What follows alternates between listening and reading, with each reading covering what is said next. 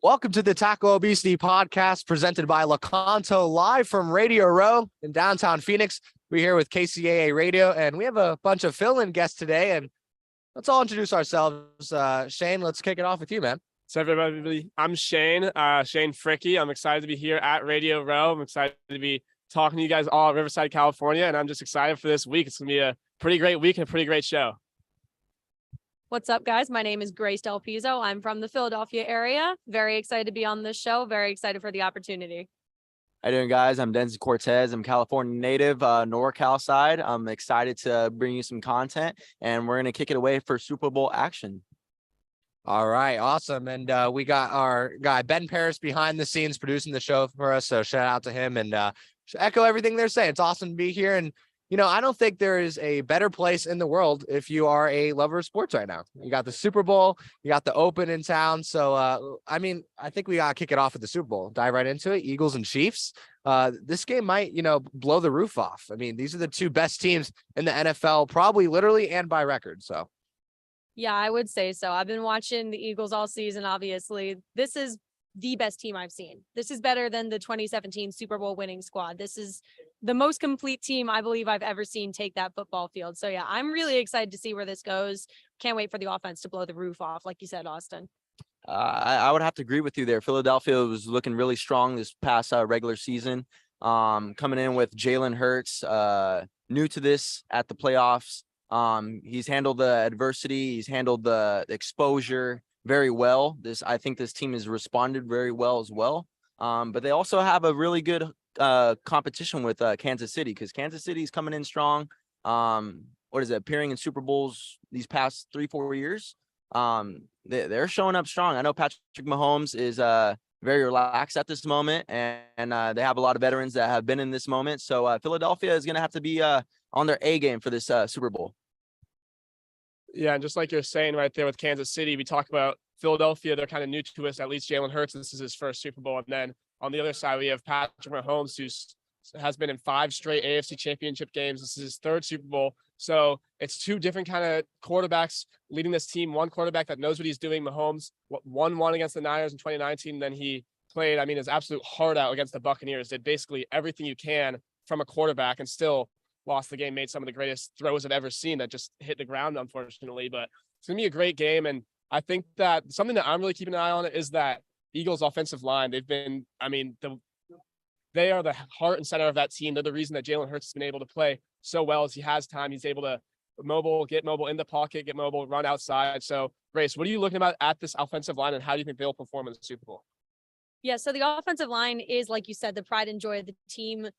I believe every single guy on that offensive line was drafted and developed by Philadelphia. The biggest 2 members, well, not the most important, but the heart and soul of the team, I would say, Lane Johnson and Jason Kelce. Lane Johnson, 1st round pick 2013, Jason Kelce, 6th round pick 2011, who has managed to work his way up into a starting position. And I would say once he retires, first ballot Hall of Famer. Those 2 players are really the anchors of the line. They are what makes the line so special. They are both, I believe, all pro. The entire offensive line, those 2 are first team Pro Bowlers, and the rest of them were Pro Bowl alternates. So when you have an offensive line like that, your quarterback's going to have time to throw.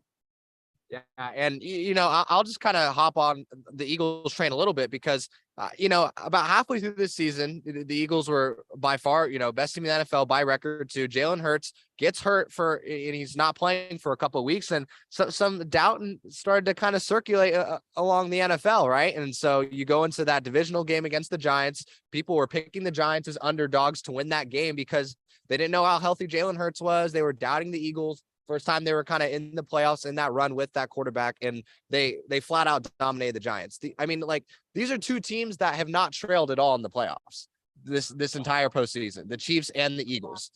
So, yeah, the Eagles have the best offensive line, arguably a top 3 defense in the NFL, probably the best offense in the NFL. So, it's kind of the best of both worlds when you have 2 teams with the best records. They both won 14 games. 6 times since 1970 that's happened. So, it really, we are in for a treat, especially here, in live downtown Phoenix. in the Glendale State Farm Stadium. But we've kind of already answered it. But do you think these two teams are not only the teams that should be here, but are these the two best teams in the NFL? And if not, then who do you think should have been in there?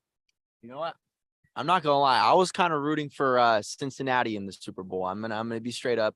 I was hoping it was gonna be Cincinnati and the Niners. Unfortunately, that was way off. But I do believe these are two of the best teams in the NFL. We see that both in their offense and both in their defense. I mean, both sides of the ball, they're on the defensive end, they're a ball hawk. And then on the offensive end, they are putting some points. We saw that in the Philadelphia Niners game. And then the way that the Kansas City Chiefs were cool, calm, and collective towards the end of that Bengals game.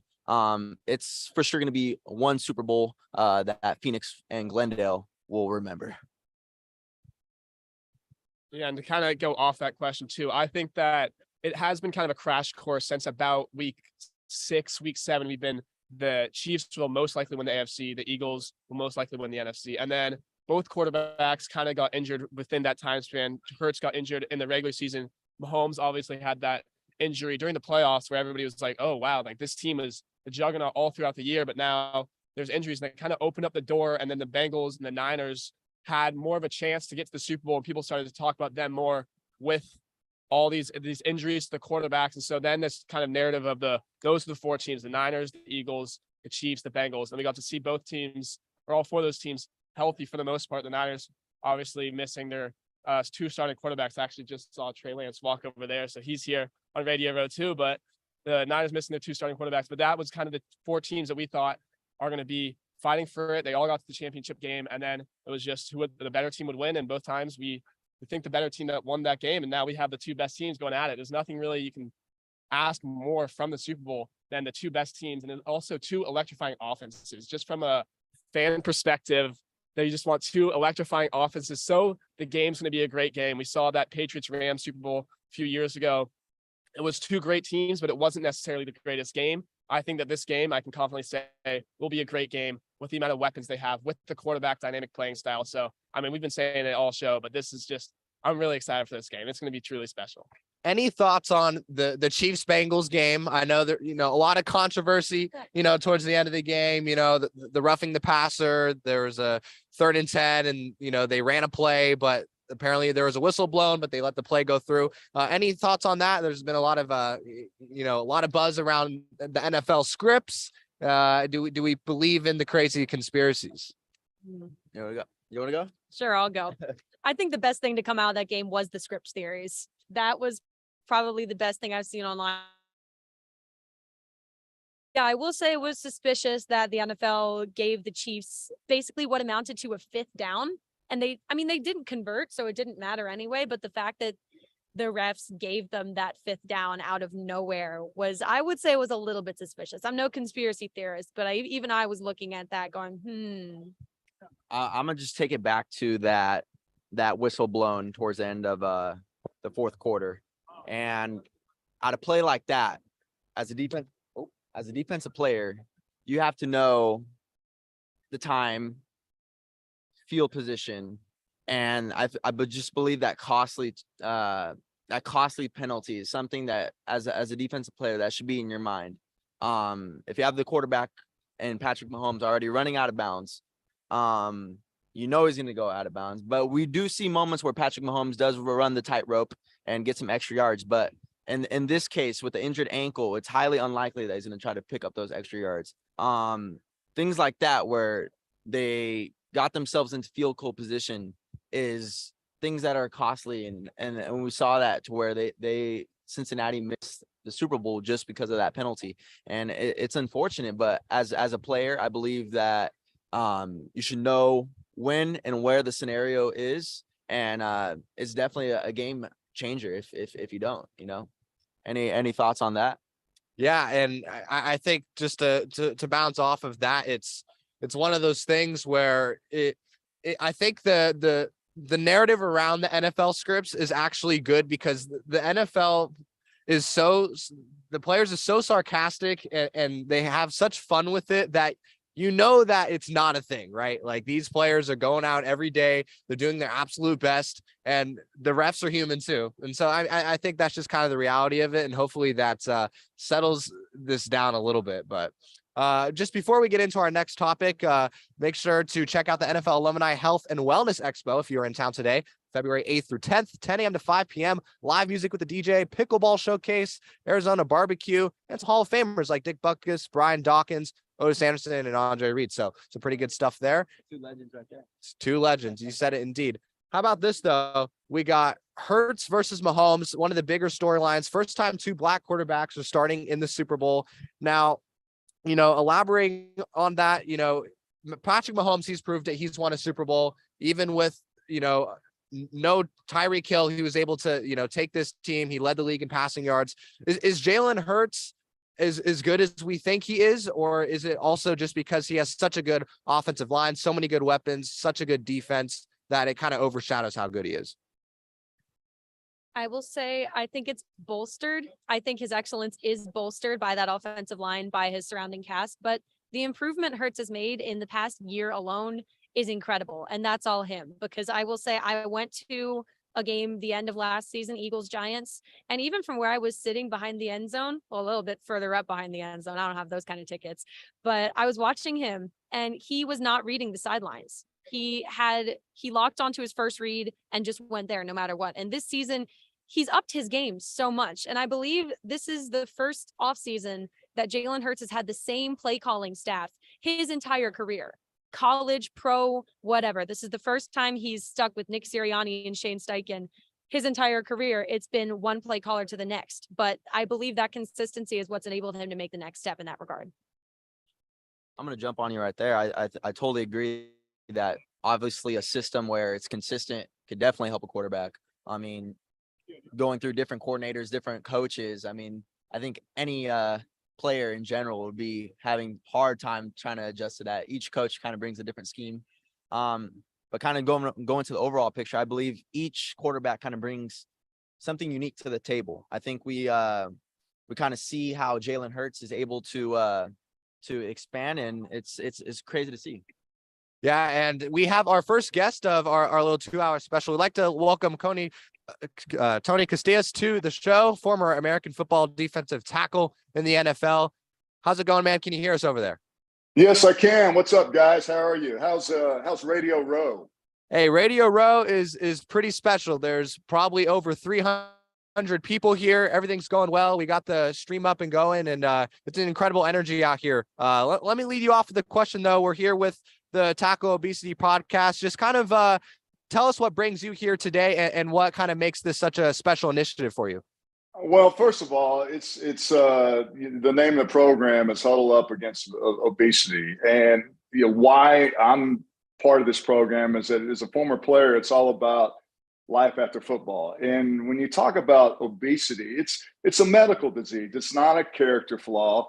When left untreated, obesity contribute to complications like type 2 diabetes, heart disease, high blood pressure, and high cholesterol. So, I'm a big proponent with fitness and lifestyle. And I know as a player, and not only just as a player, 40% of adults are obese. And it's just not NFL former athletes.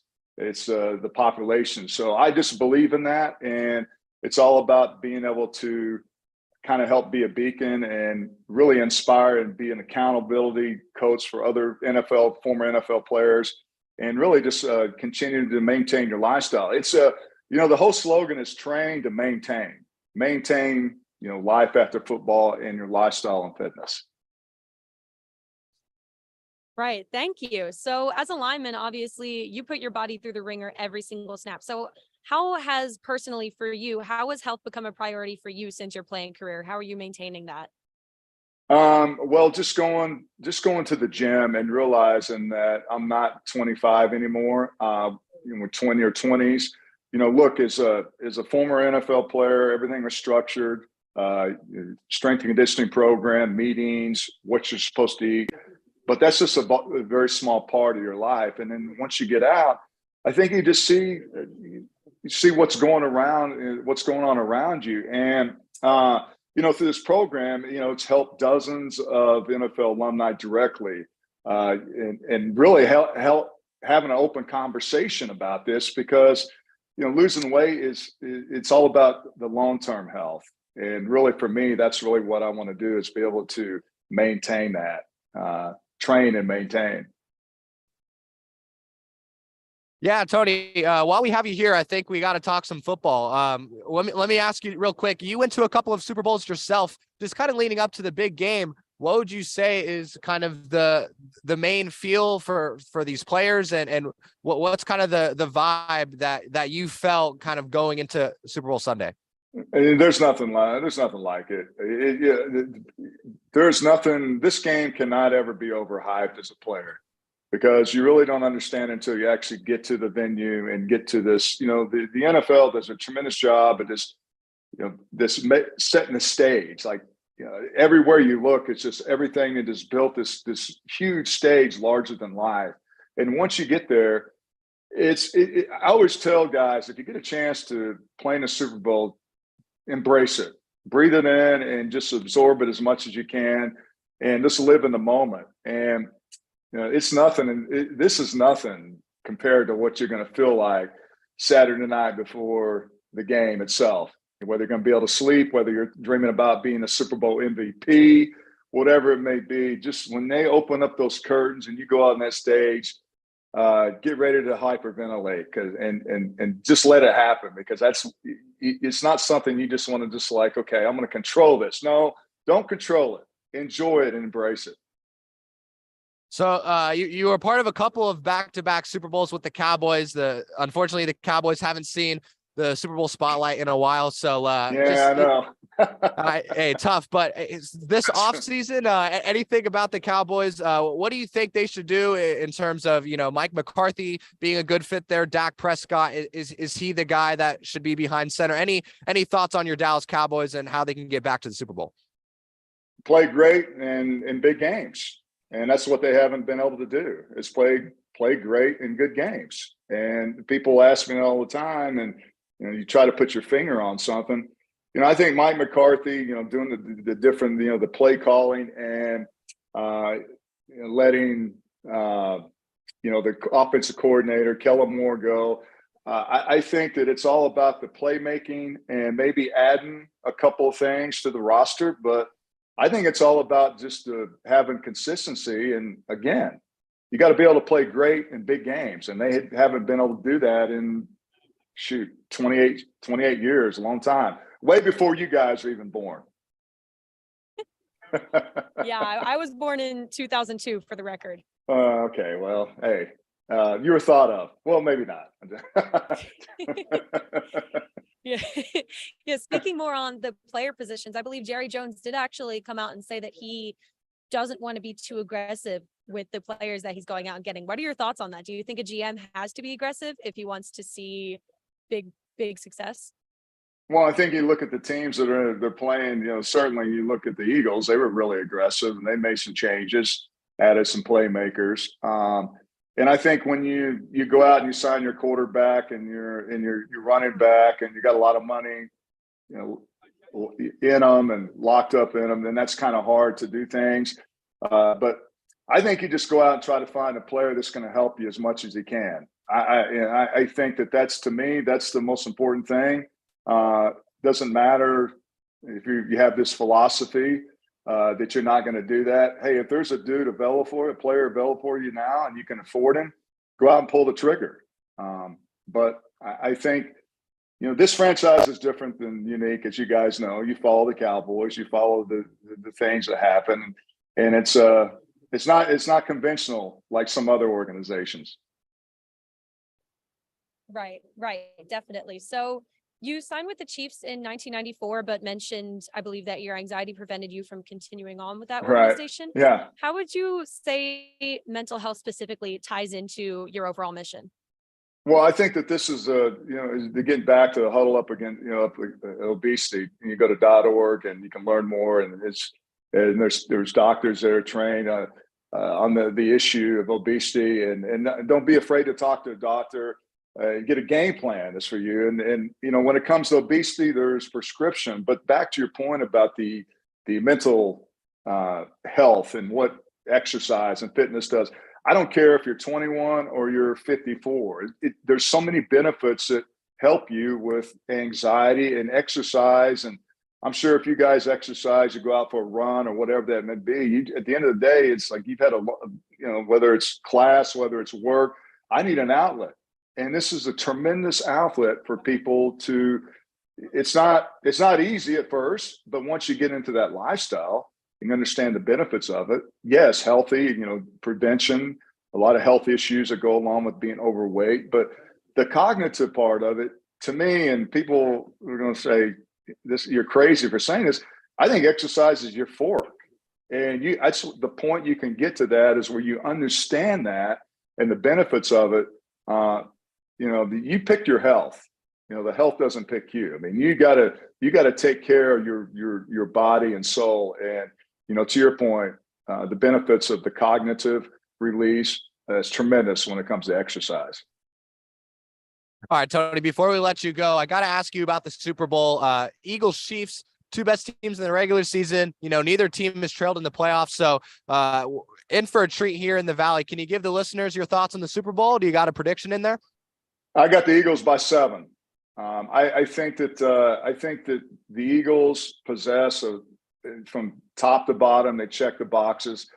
Offensively, defensively, they're a physical team. Kansas City, we know what they can do offensively. But I just think that they have enough players on their secondary and certainly their players up front that can – and they got 70 sacks this year, their defensive front.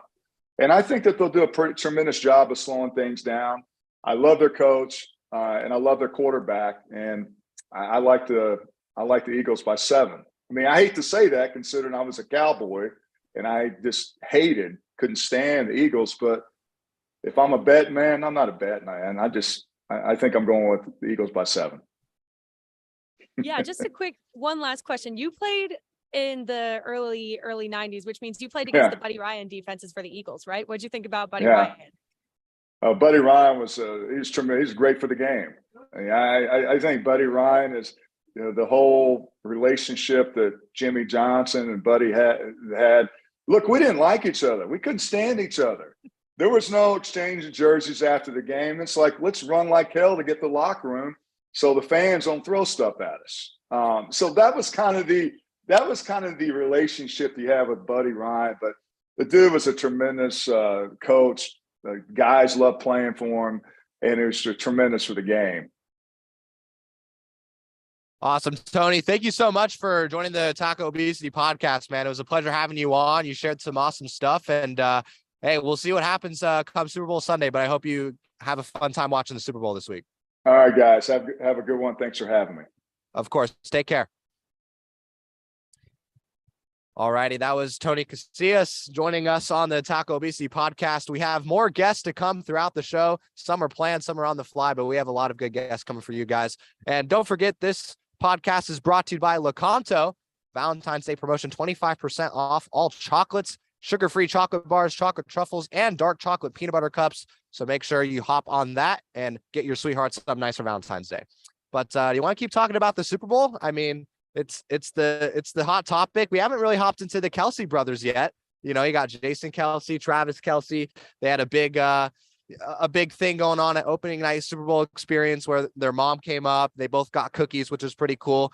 I mean, you got the Eagles side of things, but I know Travis Kelsey is all. I mean, how special of a moment is this to kind of just see them both on both ends of the ball come Super Bowl Sunday? Oh, it's incredible. I mean, they have such a great bond. I know they have a podcast as well, New Heights podcast. I'm not much of a podcast listener, but I do watch the clips whenever they come up on my social media. They're incredible. They're so funny. They have such a great dynamic. And they actually brought their mom onto the podcast the other day because she's about to watch this huge game for them. And it was amazing. I mean, her name's Donna Kelsey. She's a wonderful, wonderful woman. She brought them both cookies at opening night. She brought both of them a Tupperware container of cookies. And I mean, they're both such great players. I mean, I can't think of another pair of brothers that are both likely to go into the Hall of Fame and both have a shot at going first ballot. So just their excellence on obviously the offense for the Chiefs and then the offense for the Eagles is unmatched.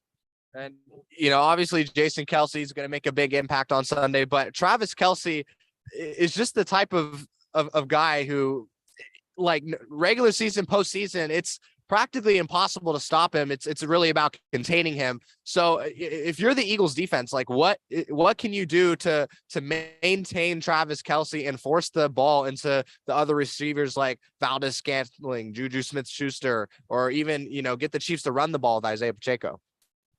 How do you stop Travis Kelce? What a question. I mean, I would say for the Eagles, obviously it all starts in the secondary, right? With Kelce, especially, you got to have a guy on him at all times. The Eagles, I would say, roster's pretty strong. The weakest spot is the safety position. And even that's not a weakness. It's just kind of a little bit of a lower tier than all the other positions. So I would say you have a safety shadow him. You have the linebackers keep an eye out for if he's doing any short range stuff, because we know short range passes with Travis Kelce can quickly turn into 80-yard touchdown runs. And, with the Eagles having a good defense, they both have great offenses. I think an interesting topic is how, low or high scoring of a game this is going to be, just because the Eagles have put up a lot of points so far in the postseason. They did kind of beat up on the 49ers, but I'm from my perspective, I mean, this is going to be an offensive shootout. I think both teams get 30 or more points. I think there's more than 60 points in this game. I just think it's going to be back and forth. And if you remember the last year, those divisional games, every game was high scoring. Whereas this year, there's been a lot of defense. There hasn't been many close games. I think we're going to get it all here. I mean, Arizona has been the home for some good Super Bowls in the past. So just for my take, I think this is going to be a high scoring game. I think, not to throw predictions out there, but, I think the Eagles will take this 34-30. I'll throw it out there. But do you think this is a high scoring game, or do you think defense is going to play a pretty big factor? I think it's a relatively high scoring game. I've said this on a couple of platforms. I'm thinking Eagles 31-27. So a pretty similar prediction to yours, just, a field goal off actually. But yeah, I'm thinking 31-27. I do think the difference is going to be the Eagles defensive line, because this is the only defensive line in history where 4 players have over 11 sacks each. It's ridiculous. You have Hassan Reddick, who completely wrecked the game for Brock Purdy and Josh Johnson last week for the Niners. You have Fletcher Cox, who's been wreaking havoc on offensive line since 2012. Brandon Graham's been doing it since 2010. Josh Sweat. It's absolutely crazy. The personnel they have, I don't know if the Chiefs are going to be able to overcome that. Yeah, and shortly we're going to have Michael Brockers, defensive tackle for the Lions, joining our show very shortly. So we'll get to that when we get there. But, just, again, make sure NFL Alumni Health and Wellness Expo today, February 8th to the 10th, 10 a.m. to 5 p.m., Civic Space Park, DJ, pickleball, barbecue, NFL Alumni. That should be a fun one. But staying on the topic of the Super Bowl, and the Valley is infested with sports right now. The Super Bowl is here. The WM Phoenix Open is here. We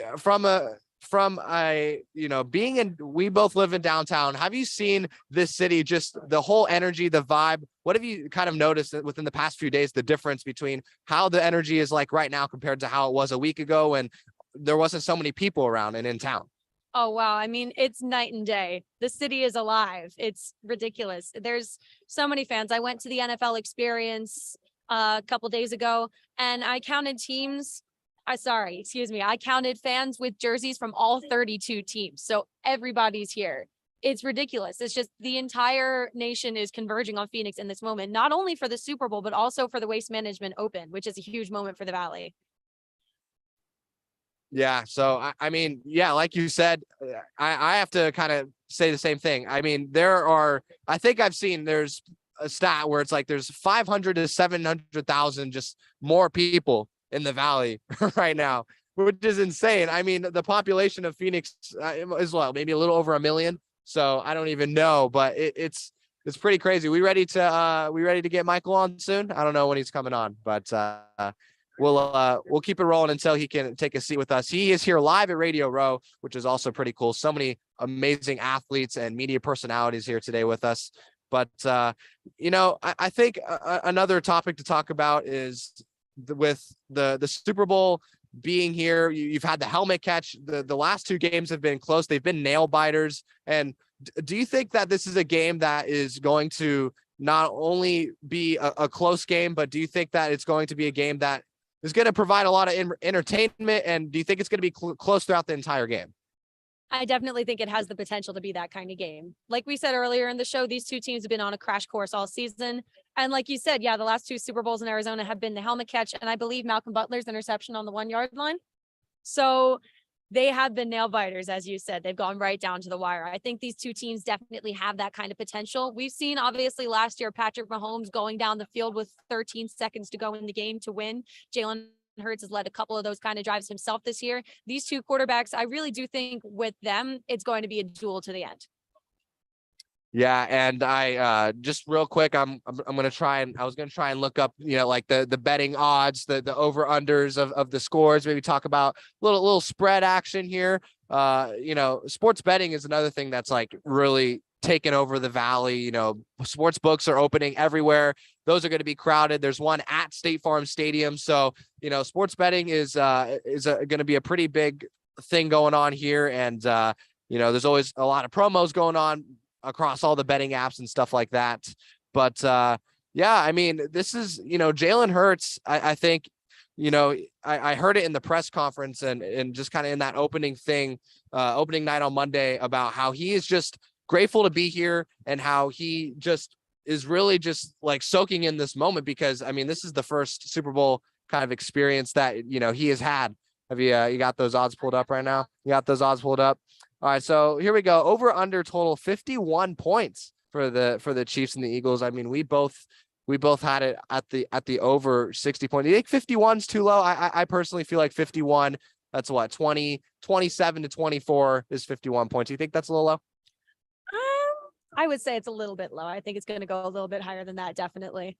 Yeah, and for the Super Bowl winner, the Eagles are favored at minus 125 odds, which is again a lot of the experts and everyone we've had, including us too, and our guests, to have the Eagles winning the big game. So this is it should be a fun one, but a lot of people have the Eagles. We'll see if it's kind of interesting. You would never imagine that the Chiefs would be underdogs because of Patrick Mahomes. You don't know how the ankle is, but I never imagined Patrick Mahomes going into a Super Bowl as an underdog of really any game, especially the Super Bowl. But the Eagles, last time they won a Super Bowl, you had the Philly special.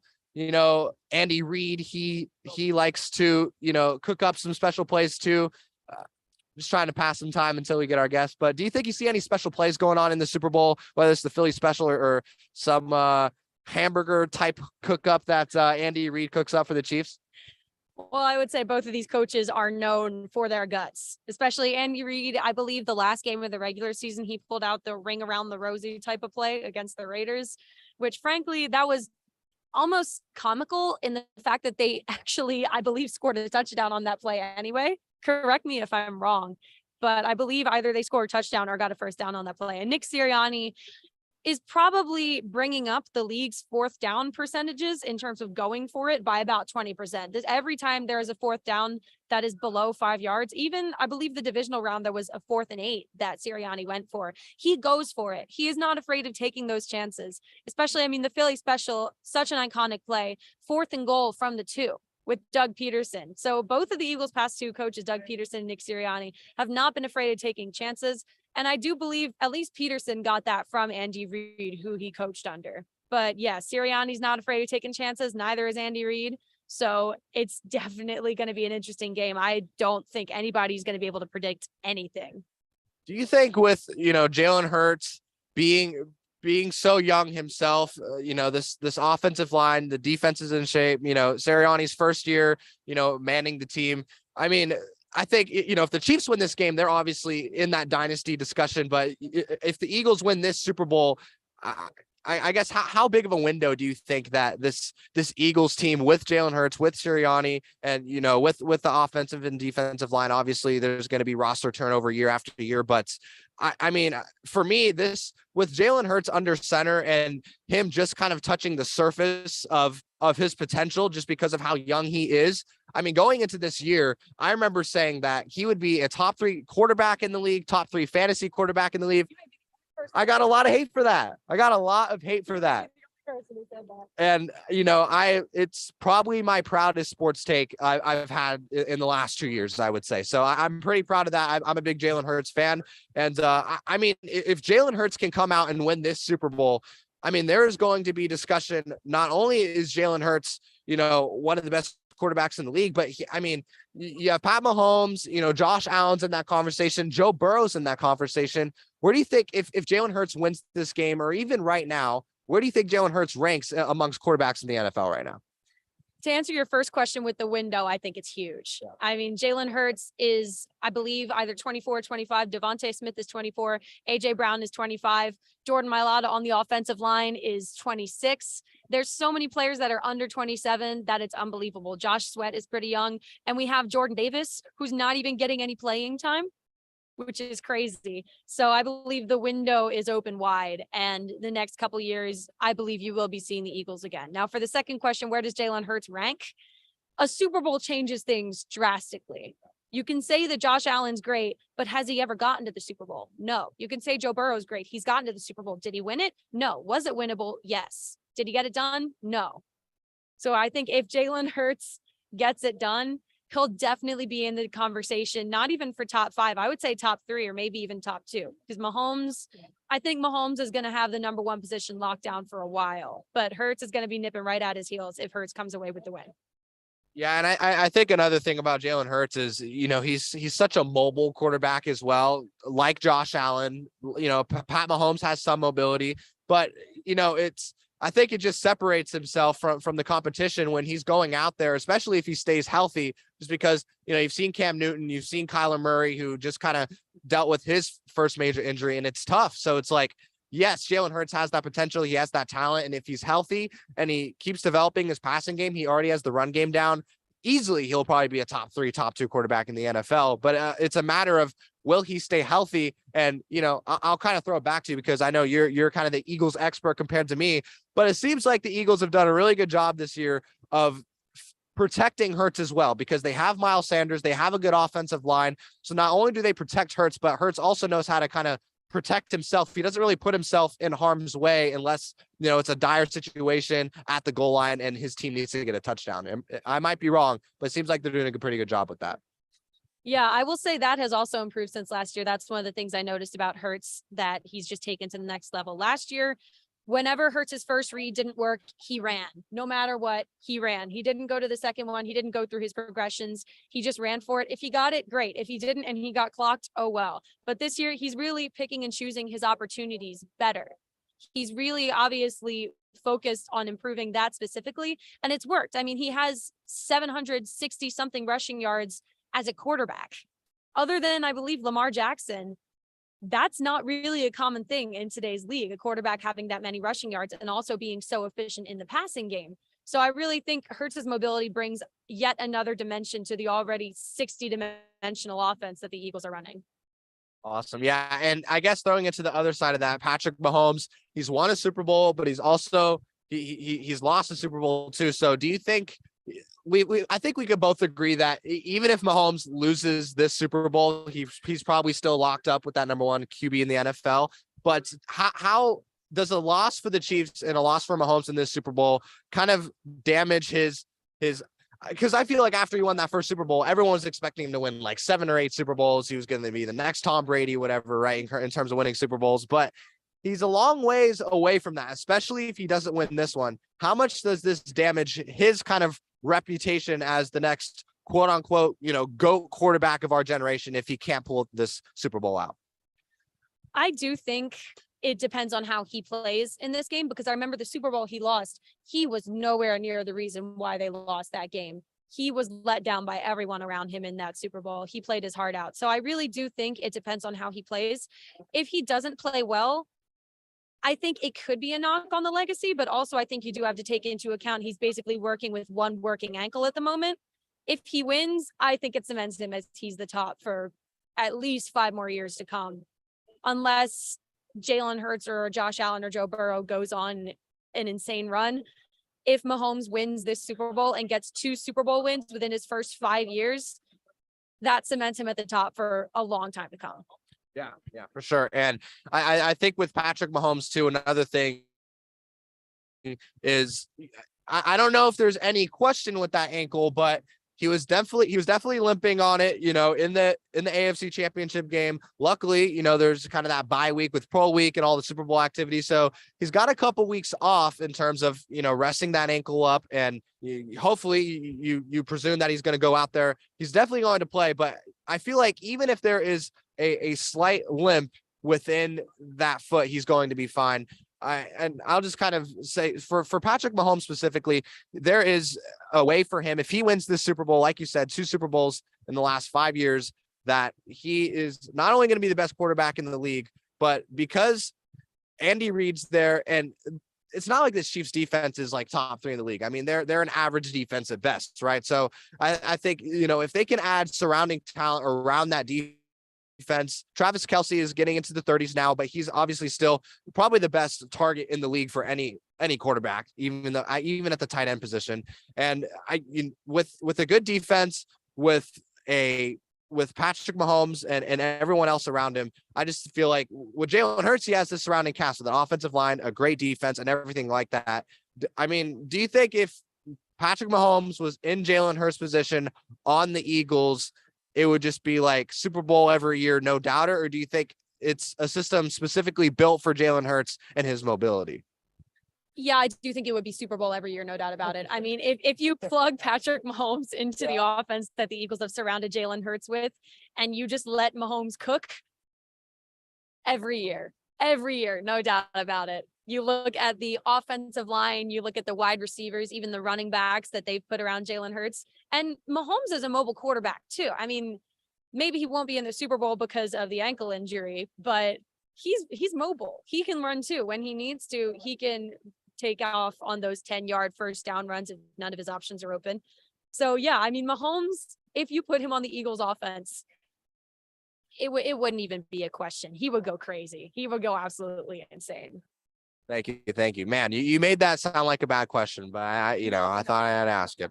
All right. Well, as you know, Taco Obesity broadcast brought to you by Lecanto. They are bringing chai and monk fruit into the spotlight for delicious, all natural, 0 calories and sweetener with a rich taste of sugar. So make sure you go check that out. Again, we mentioned that Valentine's Day promo, 25% off all chocolates. They have a lot of stuff going on, and they are sponsoring this show. So I guess just for the next few days leading into Super Bowl Sunday, do you think that how many out of all the people that are going to come for Super Bowl weekend, how many people do you think are here right now? Rough guess, I would say like maybe 25-30% of them are here right now. Yeah, I would say about there. Because I mean, I know at least in Philly, a lot of them are coming out in the weekend, Friday, Saturday, because if people are coming out, there's a chance they're bringing their kids with them, and their kids have to finish school, obviously. So I believe the weekend is going to be when it's at the busiest. Like, yeah, I would say maybe 25-30% of them are here. I can see there are more and more getting here every day. The city's getting busier and busier every day. But yeah, we haven't even seen close to what the peak is going to be yet. Yeah, I mean, I know we both went to the Super Bowl opening night, and you've been to the Super Bowl experience. And yeah, I feel like, especially with, the WM Phoenix Open ramping up here in the Valley, that, yeah, I mean, there's going to be so many people here. They're already blocking streets off. We actually had someone climb a building yesterday in Phoenix. So, hey, anything can happen here in the next few days. But I would say overall, the convention center, the credential process was a little difficult, but I feel like everything's getting handled, pretty well here in terms of, like, I mean, you can't walk for more than 5 minutes in any direction without seeing probably 10 names, whether those are athletes, media personalities, or just people that are here specifically for the Super Bowl. I mean, there's credentials anywhere you walk in Phoenix right now. It's insane. I'll throw it to you. Is there any, from the Eagles, for the Chiefs Super Bowl perspective, anything we haven't talked about that you feel like is important? Yeah, I would say there's one stat I wanted to mention. This year's Eagles, well, I guess this year and the Eagles of 5 years ago, are the first team in NFL history to earn two number one seeds over a 5-year span with a different head coach and a different quarterback. 2017 was Doug Peterson and Carson Wentz / Nick Foles. 2022 is obviously Nick Sirianni, Jalen Hurts. I believe the turnaround of the organization so quickly. I actually saw a Cowboys fan on the internet describe it best, is that the Eagles won a Super Bowl, gave their star quarterback a huge contract, accidentally nuked the team, and then turned it around and are now back in the Super Bowl 5 years later. It doesn't make any sense. It's like running on an accelerated timeline. So while Mahomes and Reed are back in the Super Bowl for the third time in 5 years, this is Sirianni and Hurts' first, but Peterson and Foles did it 5 years ago. So I think that's really just so interesting how the organization's been able to turn it around in such a short period of time, because the only really bad year the Eagles had was 2020. And that was Doug Peterson's last year. Last year, the Eagles went 9-8, squeaked into the playoffs, got beaten by Tom Brady in Tom Brady's last playoff win, which is, yeah, that's great. But both 2018 and 2019, after the Super Bowl win, they also managed to get back into the playoffs, albeit 2019, the NFC East was really bad.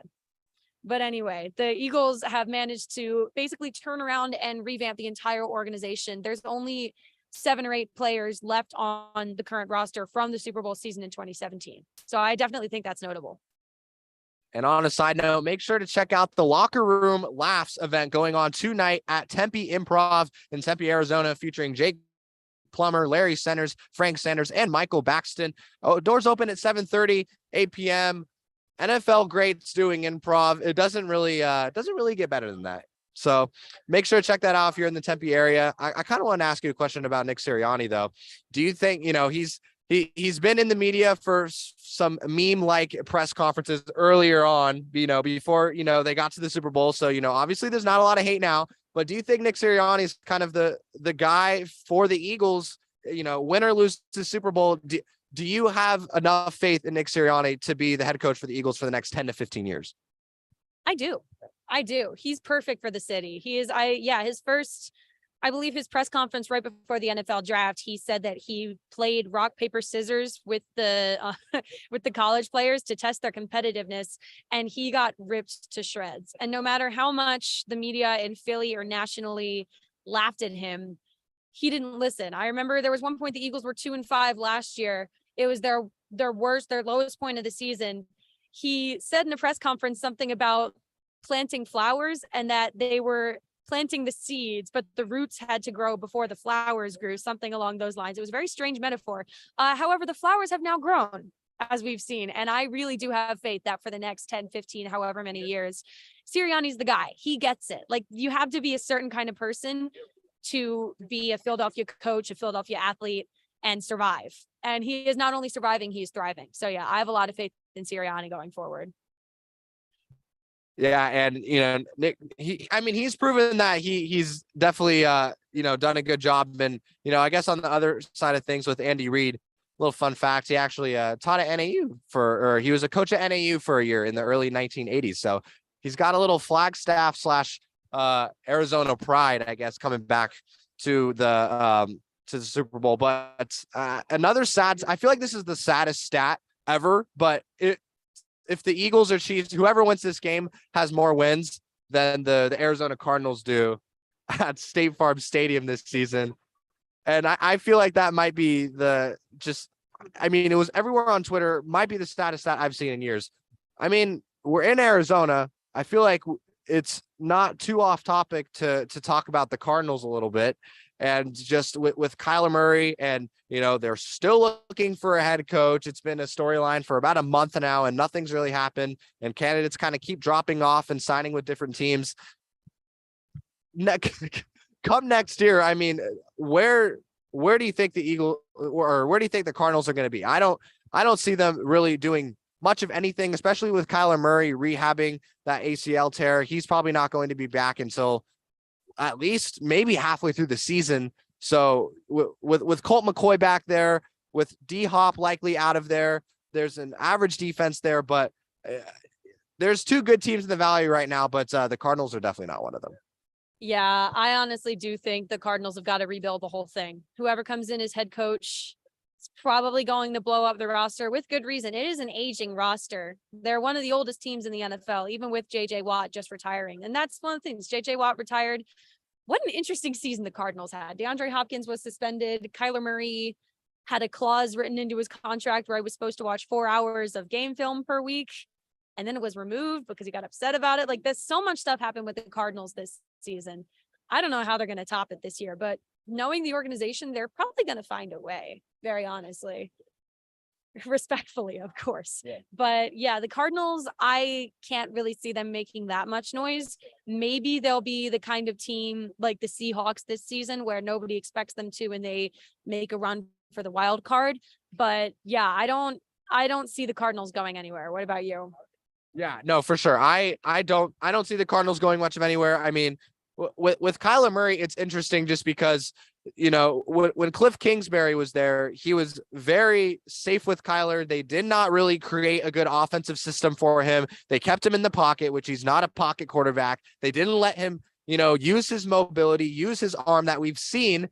And it's funny because, like, you look at the Eagles and you look at what they've been able to do with Jalen Hurts, and it just, like, it seems a lot easier than it's coming out to be, because if you can do it with Jalen Hurts, Kyler Murray has the talent. I don't know if he'll ever be, you know, Jalen Hurts good, but he's got the arm talent and he's got the mobility talent. I mean, I think it's really just about placing a good offensive system around them. And if they can do that, then, you know, Kyler Murray is going to be successful, especially if he comes back from this injury. I mean, that's another big question mark is he going to be the same after, you know, rehabbing this injury and coming back for the Cardinals? And, you know, without a head coach, and they just hired Brian Austin for it as their GM. I mean, it's kind of all over the place. They have like 100-piece puzzle and they only have like 10 pieces and like none of them are together. Like they are kind of just like floating around without any answers. But obviously in the next couple of weeks, hopefully they get a new head coach. They find some pieces. They figure out if D-Hop's going to be there or not. And they sign some people in free agency, but yeah, I don't think it's the outlook's looking too good for the Cardinals. But before we get to the end of the hour, just would like to say once again, this is brought to you by Lakanto. They have amazing sweetener and they have 0 calories, all natural, delicious tasting stuff, just like sugar. And we're going to have Denton Cortez and Shane Frankel hop on and take the host seats from us for the next hour of the show. Here, take it over, man. Coming back on. I was here early on the show, but had to leave. Appreciate it. All righty, back to some more Super Bowl coverage. I think they pretty much covered a lot with the game as far as game, what's going on, whose team's playing, but I think we haven't really covered the actual Super Bowl experience of, like, as far as events, what is bringing here in Super Bowl here at Radio Row. It's electric. You got Fox Sports over there. I know the Pat McAfee show is somewhere around here. And FanDuel's over here. It's a great atmosphere. What do you think about it? I mean, yeah, it's pretty spectacular here at Radio Row. It's just booths everywhere. And it seems like every time you turn around, every 10, 15 seconds, you're going to see an NFL player. You're going to see an NFL coach. I mean, I could just look around right now. I see Jim McMahon. I see Ron Rivera. I saw Deebo Samuel getting interviewed. Chris McCaffrey just got interviewed. It's just everywhere. There's some famous faces. So it's pretty spectacular to be here. And then just around Arizona in general this has been such an amazing week. There's obviously the Waste Management Open going on, and that is a annual thing here in Arizona. So there's nothing new with that. And that's always one of the biggest tourism times of the year because, I mean, the weather's great too. This is one of the best cities to have the Super Bowl. And just from the fact that it's 75 degrees outside, but then you just look around and then there's a fan experience going on and there's just so much to do. It's if you came here to go watch the Super Bowl a week early, you are busy from 8 a.m. to 8 p.m. because there is just so much to do. Oh, for sure. Started off with the Super Bowl experience opening up Saturday, Sunday, where fans can come in, kick NFL field goals.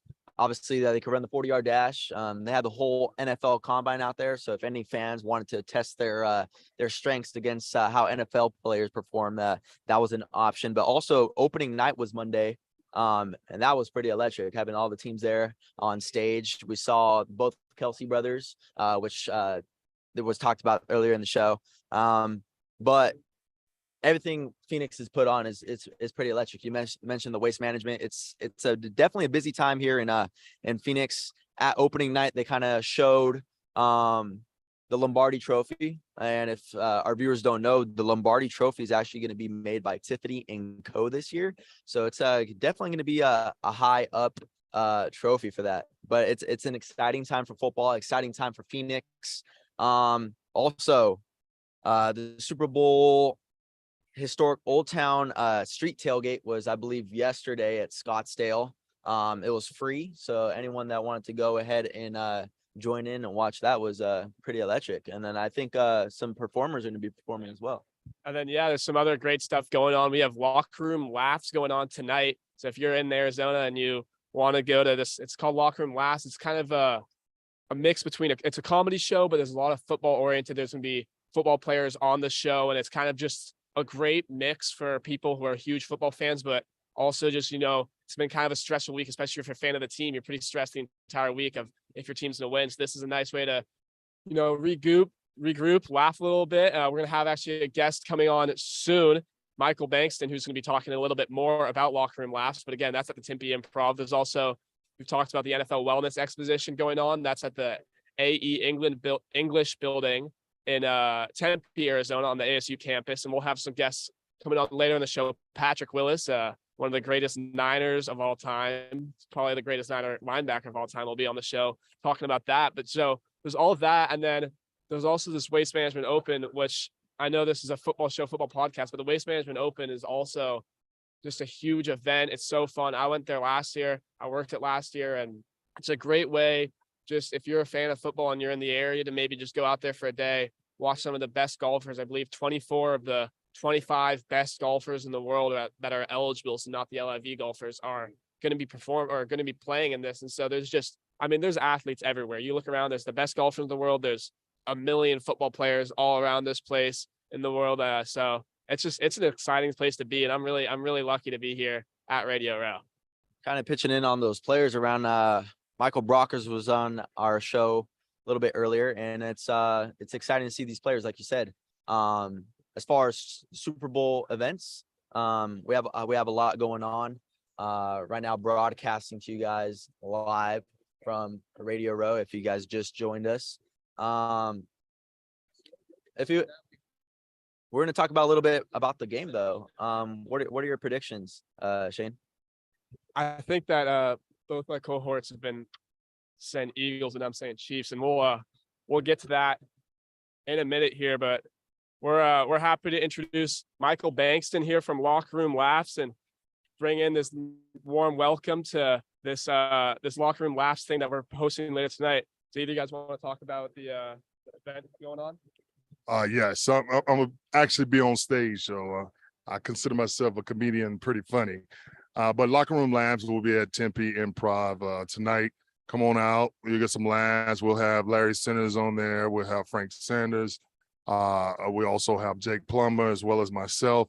And Billy Washington is the one that's hosting it. So come on out, have some fun, have some laughs, have a good time. The Super Bowl 57 here in Arizona, and a lot of activations are happening.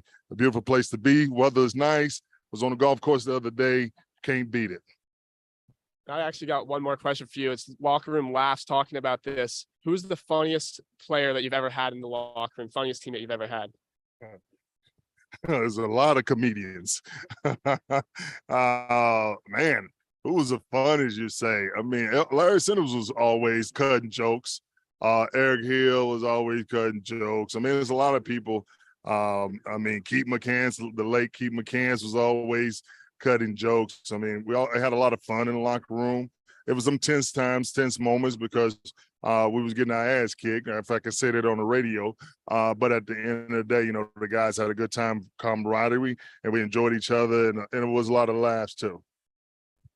I have a quick question. Either one of you could answer, but how important is it for the team to establish locker room camaraderie? You know, you guys mentioned how everyone was cracking jokes. How important is that to affect a game if the camaraderie is high or even low at moments?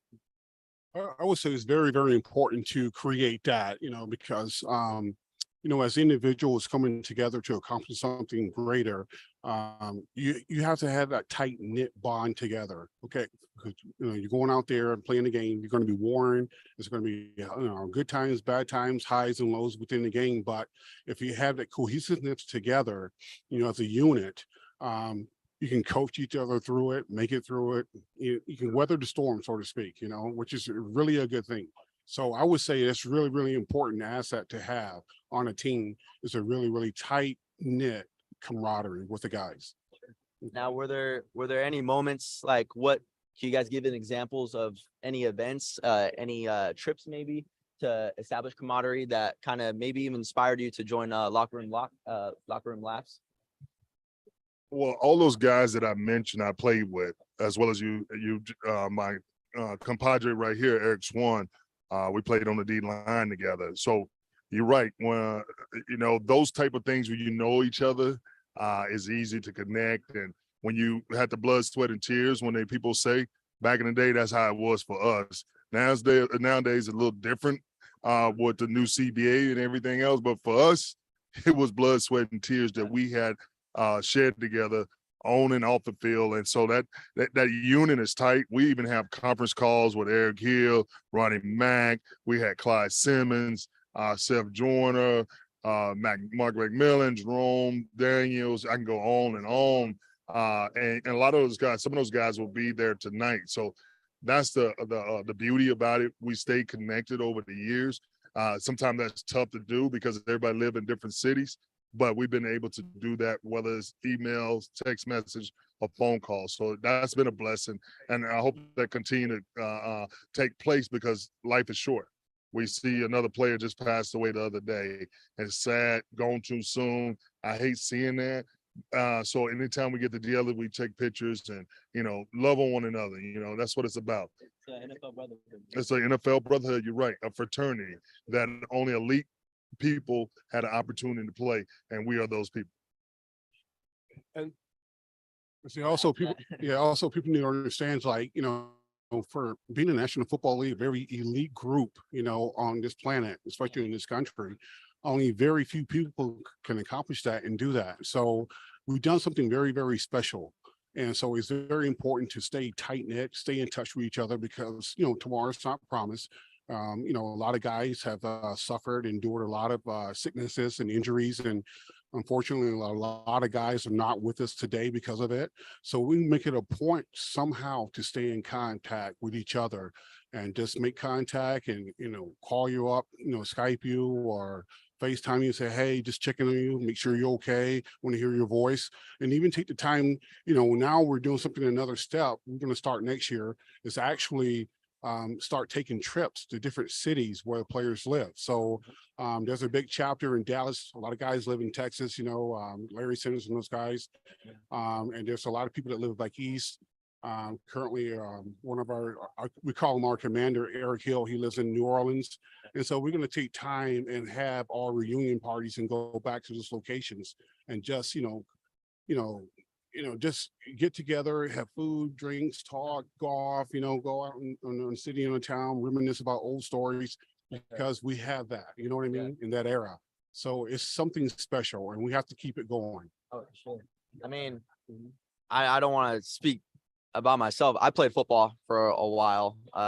So to see you guys achieve the highest level that any person could dream of, I would assume that it's a tight group because I mean, like you guys said, it's an elite group that only so few can make, and it's great to see how Locker Room Laughs is bringing that, and then how you guys mentioned next year you guys are gonna travel. Shane, did you? I did have another question.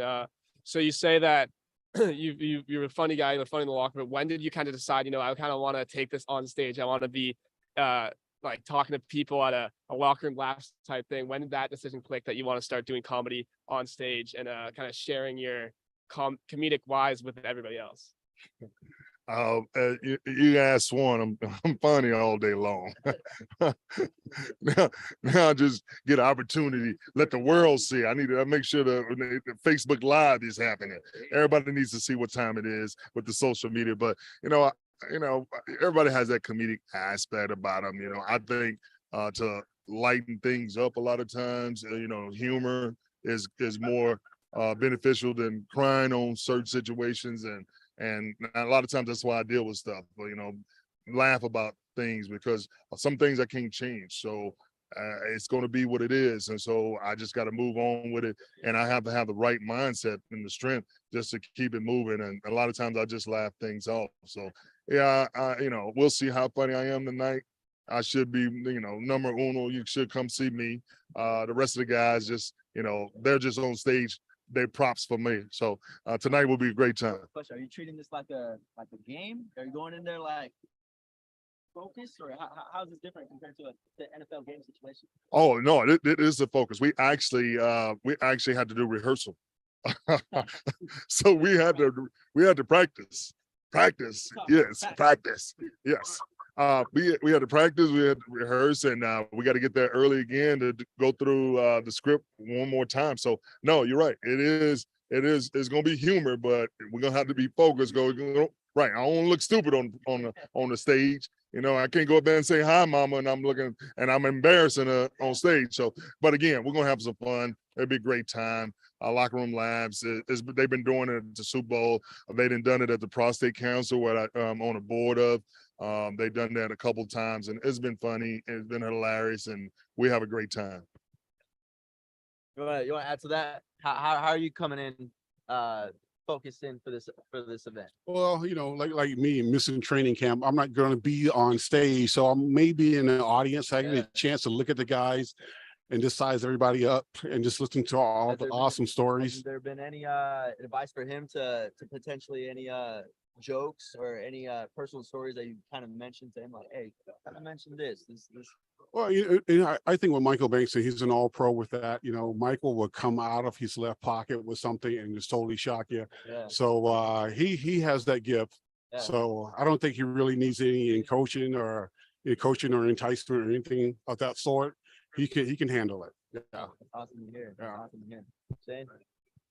I was going to ask if you have any, like you're mentioning some of the funniest NFL players that you've played with. Is there any kind of like a white elephant, a player that you would love to have on Locker Room Laughs that you think that would just dominate on stage, whether you've played with them or that you just know that they have that kind of comedic aspect? Is there any player that comes to your mind that you would think would be great for Locker Room Laughs?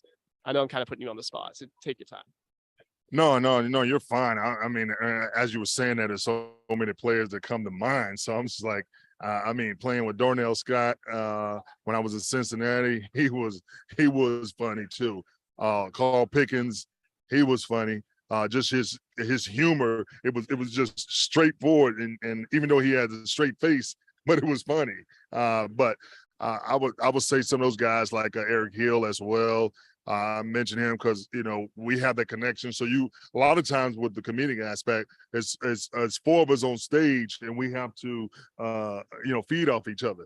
So it's like, again, yes. So it's good that you actually know these people. And so when we was practicing, it was easier. He said, even the guy said, man, this is the best one-time drive run he ever done. And he's a professional, Billy Washington. So it was because we've been together for many years. Those guys, LC was in the league a year. Well, he came in with Swan. I came in the next year. So that's 30 plus years. I actually played against them in college. So that's 30 plus years. So, those kind of, that camaraderie, as y'all indicated, that connection, is going to make it a great time for Locker Room Labs. So come on out. You're welcome. If you need a pass, let me know. I'll make sure you get VIP service. Take you up on that offer. And can you just remind everybody listening where Locker Room Laughs is, what time it's starting, just so everybody knows for sure what's going on with Locker Room Laughs and how they want to come out and join it, how they can. Tempe Improv has some of the worldwide comedians come through there. I've been there multiple times, and I've seen a lot of comedians, and They do a great job. The venue is actually real good, nice. So it starts tonight. I got to be there by 5 again to do my practice, and then show is about at 7 o'clock. So come on out, have some fun. Again, it's a Super Bowl 57 in Arizona. It's a good time for everybody. Just enjoy this time. You know, you don't get this, but every so often, enjoy it. Waste management's happening. All the different events is happening. Hey, big time. 1 million people coming to Arizona. I'm enjoying myself, and I hope they do too. Especially like an event like this where you kind of want to just soak it in, because I would agree with you that moments like this, like, even don't come around too much, and especially here locally in Arizona. So it's definitely an exciting time here in Arizona, Phoenix, Glendale. We got a lot of things going on. Any last words to say about the event, or just any closing comments? I would just say, hey, just come out and have a good time and get ready for some great laughs. There you go.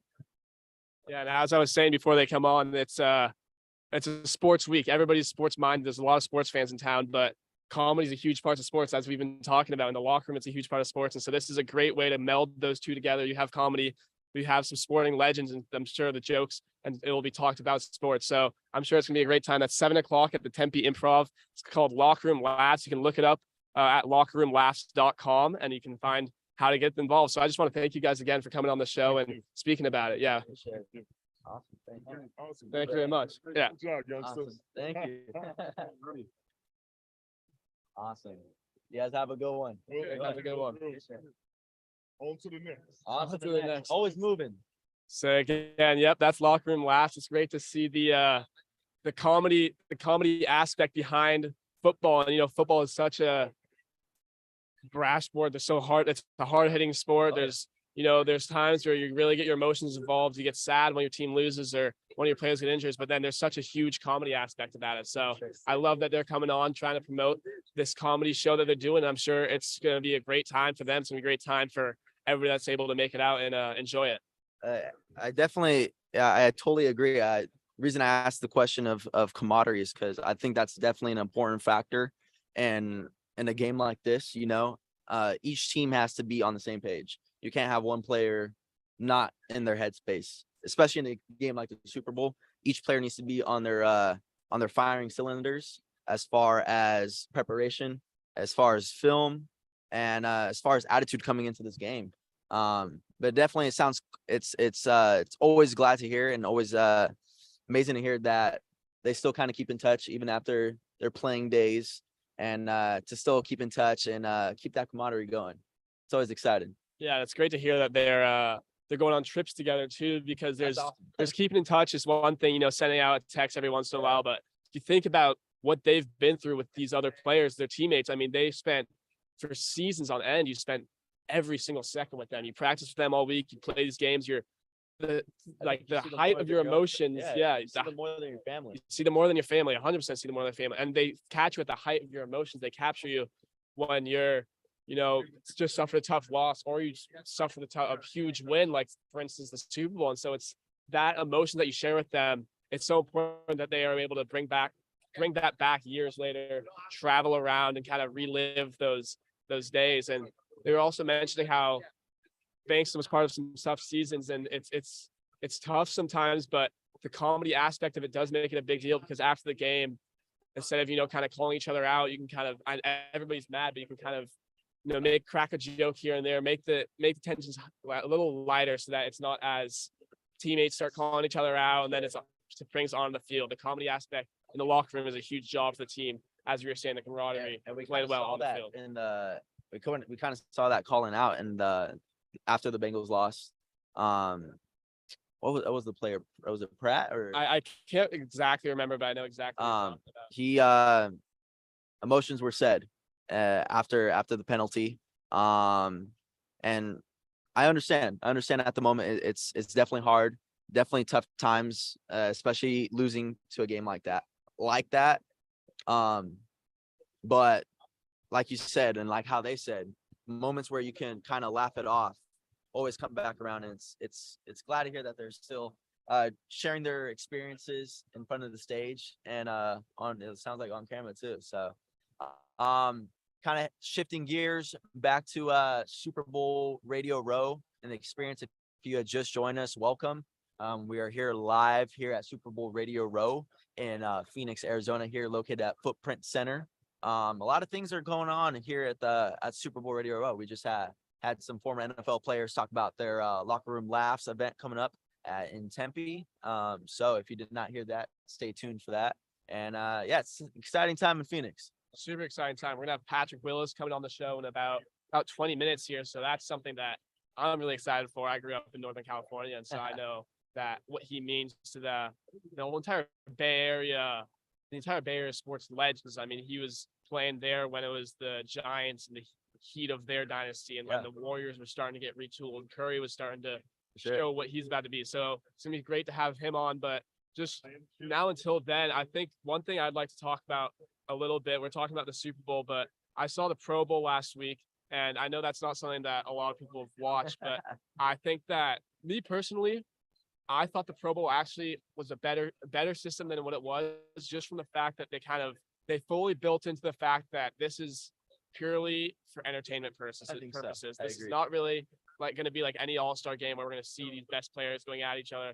We're going to do entertainment purposes. I think you can definitely tell it was the first year trying that out. They had a lot of things that kind of went on way too long, and you were like, what's going on? When are they going to wrap this up? But I do like that they're making a change. They're trying something out, because all the fans are complaining that something needed to change. It's the worst all-star game in all of the four sports. And then they tried something out. I know it was kind of controversial. Some people liked it. Some people didn't like it. I don't think flag football was the greatest form of football I've ever seen. It was a little slow at times, but at least they did try to make something new. I thought that the best catch has potential. I think that it wasn't the greatest showing then, but I do think that it has potential. If players start thinking throughout the season on what they're going to try to do with that, they start to add more props. I think that there can be some potential with that. You know what? I would input this for a potential event.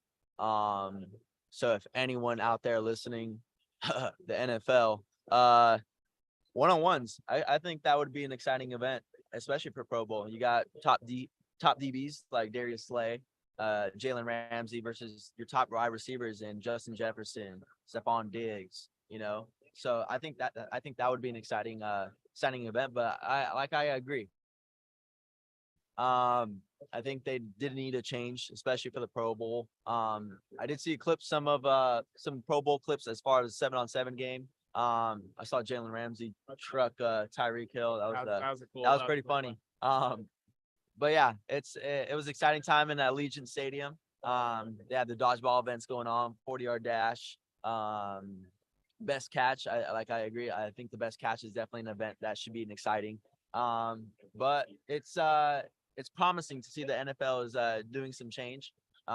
We saw shifting to a different sport. We saw the NBA kind of change, shifting from East and West to team captains. I don't know if we'll see that in the NFL. I think that would be potentially an exciting thing to have a top captain like maybe Patrick Mahomes. And have the captains choose the team. Yeah, I think that would be an exciting thing that they could probably implement. But definitely crazy 2 weeks for the NFL with Pro Bowl going on, Super Bowl going on. Exciting time to be a football fan for sure. Super exciting, and I like that idea of one-on-ones too, because that's something you see at every level of football. That's something like one of the first drills you'll run is just one-on-one. How the DBs, and so that would be such an entertaining thing to watch. Not only because it's the best going against the best, but then you can see.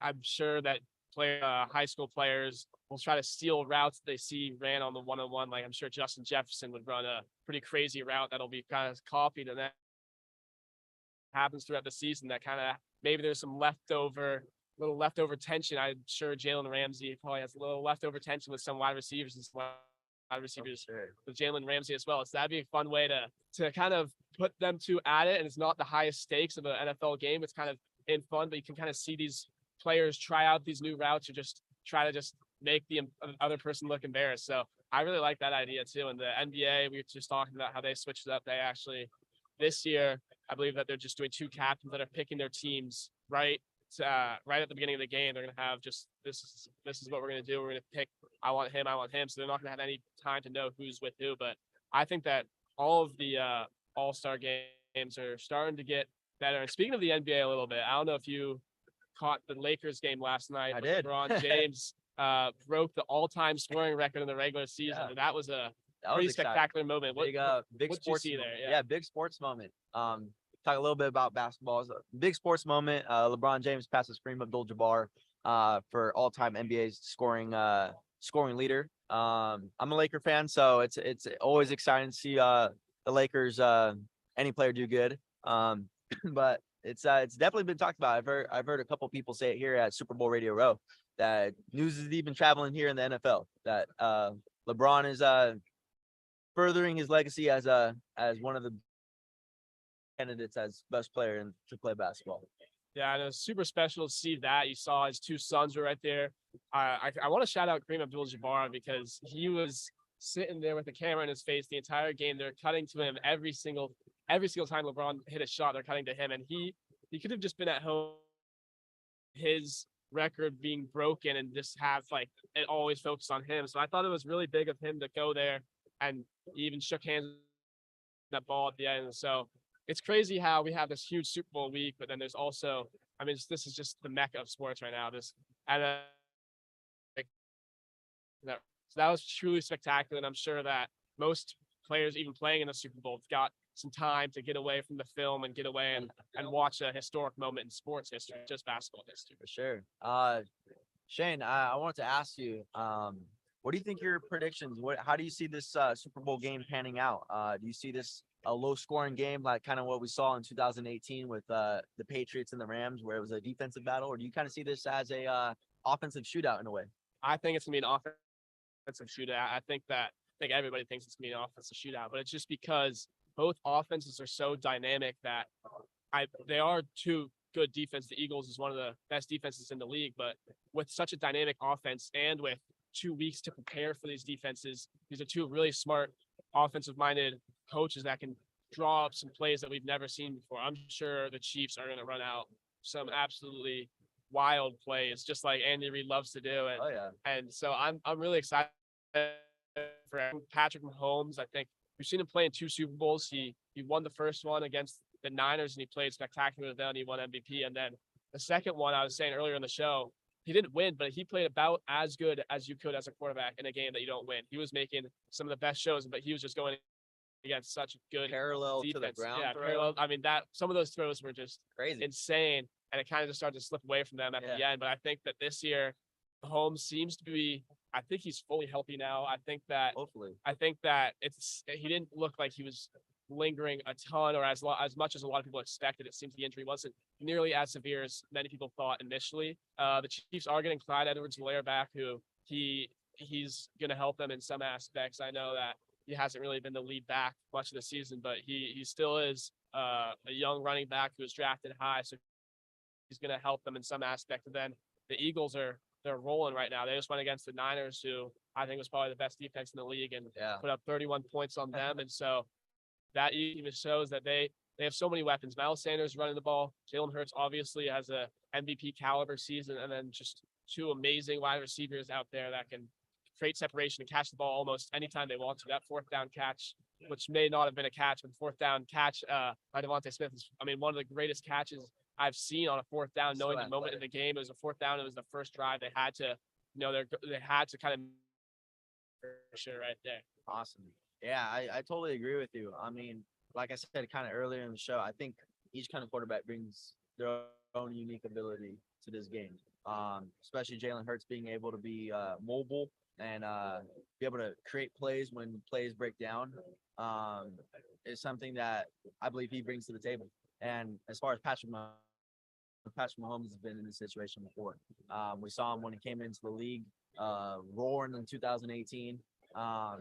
And I expect Patrick Mahomes to have a big game as well as Jalen Hurts. I do believe this is going to be an offensive shootout on both ends, but I do believe that there's going to be some defensive plays that are going to be a key factor. I also think this doesn't get mentioned a lot, that special teams will have a big play in this game. So as far as missed field goals, where we saw like the Cowboys kicker, where you can't miss those I think special teams is definitely going to be a big part of this game that can determine the fact. I know this is a reunion game for Andy Reid as far as the Kelsey Bowl that's been hyped up. It's going to be an exciting time. I think Andy Reid definitely has some schemes up facing his former team. I think that's how it usually goes.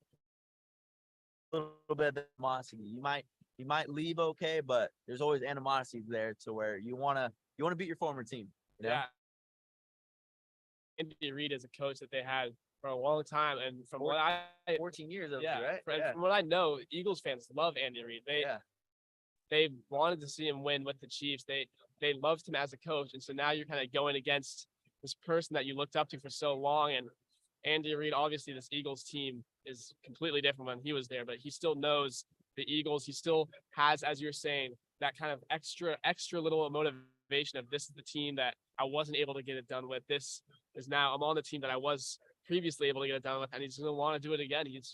It's not like he's playing any other team. He's definitely playing the Eagles. The team he used to coach for, the fans that used to love him are now rooting against him. And so, do you have an official prediction? Have you heard an official prediction from you? I've not given a score prediction, but I did hear Austin earlier say I believe 30-34. I'm gonna be around that range. I'm gonna say Chiefs win. I know there's a bunch of Philadelphia Eagles fans that are not happy about all together. I think they're gonna win by a field goal, by 3 points. So I think I have the Chiefs winning 30-27. What are your predictions? I like that. I'm going to go a little bit higher though. So I'm going with the Chiefs winning as well. I think Chiefs get 38. I think Eagles get 31. I think it's going to be a lot of touchdowns in this game. I think it's going to be a high scoring game. And I think that it's going to really come down to the wire. I think that this is definitely a game that is going to be won within the last 5 minutes. You see this game coming like the Chiefs-Bengals game almost? I could see it. Yeah. Something like the Chiefs-Bengals game. I think when you have two offenses that are so explosive that even if there's a 14-point lead in the fourth quarter, nothing's safe against either of these offenses because any quarterback can throw the ball so far they can find a receiver that can take AJ Brown can take the ball from anywhere and score a touchdown. So there's so much that can happen from both offenses that I think that this is definitely a game that there's no lead will ever feel safe. And even if you're up 2 touchdowns, maybe even 3 touchdowns, you're never going to be like, okay, like we might win. Can't release your foot off that gas pedal. You always got to be pedal to the metal. We saw the Niners. The Niners had a big lead against the Chiefs back in 2019, and I'm sure there was multiple fans that were kind of like, wow, like this is really happening. This is kind of set in. And then Mahomes doing that, just make huge throws, and they can flip the entire game on one throw. In 1 second, the entire game can go from a 1-score game, then an 80-yard touchdown can make it, this high game. So it's going to be a really exciting game. I think that this is definitely a game that have fans intrigued for the entire game. It's not going to be one of those games that you kind of are like, okay, like the Buccaneers games last year, it kind of was, or not last year, but the Buccaneers game was kind of like, after the Buccaneers defenses got stop after stop after stop, started to pull away, it kind of be like the Bucs are going to win this from a certain point. I think this game, you're not going to know who's going to win it until the confetti starts going. For sure. I think as far as Super Bowl, it's I agree with what you said. Promotion. We're gonna shout out our sponsor, Lancanto. Lancanto is a still harvest monk fruit for still promoted in the pristine area of remote islands in Asia. Lakanto's mission is to bring Kai to all life by creating innovative sugar-free products. And if you don't know what Kai is your life force, the energy that flows that through you and through everything is what gives you life. So we thank Lakanto and presented by Lakanto. Heading back to Super Bowl. Players must be, I know for some rookies they must be starstruck right now to make it to your first game or first season of the Super Bowl. It's crazy. It's crazy. And I always wonder about what it's like going into the Super Bowl because you're preparing for the biggest game of your life. For almost every player this is the biggest game of their life. but then you have 2 weeks off. And so you have really a lot of time for it to really set in. And then you have Radio Row, you have Media Week, and you're being asked a million questions before the Super Bowl. And so it's kind of hard to, I wonder if it's kind of hard to stay focused on the game while you're being asked by so many different players or so many different media members, all these questions about what's going to happen in the Super Bowl. I feel like it's 2 weeks of kind of talking up about the Super Bowl, so many different things that can happen. And then right when that whistle blows and the ball gets kicked off, it all just goes away. But I think that for a player, especially a rookie player, this must be, something insane. It's something that you would never really, this is something that you dream of as you're 2 years old, 3 years old. I want to be playing in the Super Bowl. And so going from there, it must be just, absolutely insane. You see every single NFL media person is here. Everybody that you might know from NFL Network or from right here. I'm seeing Najee Harris. It's the stars are out. Stars are out for sure. Stars are out. And just a player I kind of want to recognize, show as an example as a rookie. You got Jordan Davis from Georgia. I mean, he played at a high level, playing in the SEC championship, national championship. I wonder how a game like that kind of translates to Super Bowl, in your first season with the Eagles. I wonder if he's coming into this a little starstruck, or even him is cool and collective because he's been at a high stage since college. And I think for not just rookies, but for experience, I think that is a huge benefit for the Super Bowl because you already have that mindset of this is the highest level of the sport that I'm playing right now. This is the biggest game, and the national football or the college championship gets a ton of viewers too. So it's one of those things where for them, this is a huge level, and they kind of have that extra experience to prepare for that game. And then now I'm sure that they maybe go in thinking that this is going to be similar to that, but I'm sure it's completely different just because there's so many more eyes, so much more media. But I do think that is a big benefit of playing in those college national championship games, and especially winning those games, knowing what it feels like to win, have that confetti fall, and being the champion of your sport. So I want to do a little player segment highlight. We're going to call this honing in the Super Bowl. What do you think of AJ Brown? Obviously traded from the Titans, comes on this Philadelphia Eagles team and is just electric, having a connection immediately with Jalen Hurts. How do you think he's feeling in his game, coming from Tennessee to now a winning team? I mean, AJ Brown has had an amazing season, and what the Eagles have done trading for him was just such a huge acquisition for them, because we see this Eagles team, it's mostly drafted players. I believe of most of the starting offense, I think 9 of them were drafted by the Eagles. And then you have AJ Brown, who he came in here from Tennessee. He was a great wide receiver the past few years, but the Eagles front office was like, we have the quarterback, Jalen Hurts, that we believe in. They believe in him wholeheartedly. And before the season, I don't think a ton of Eagles fans,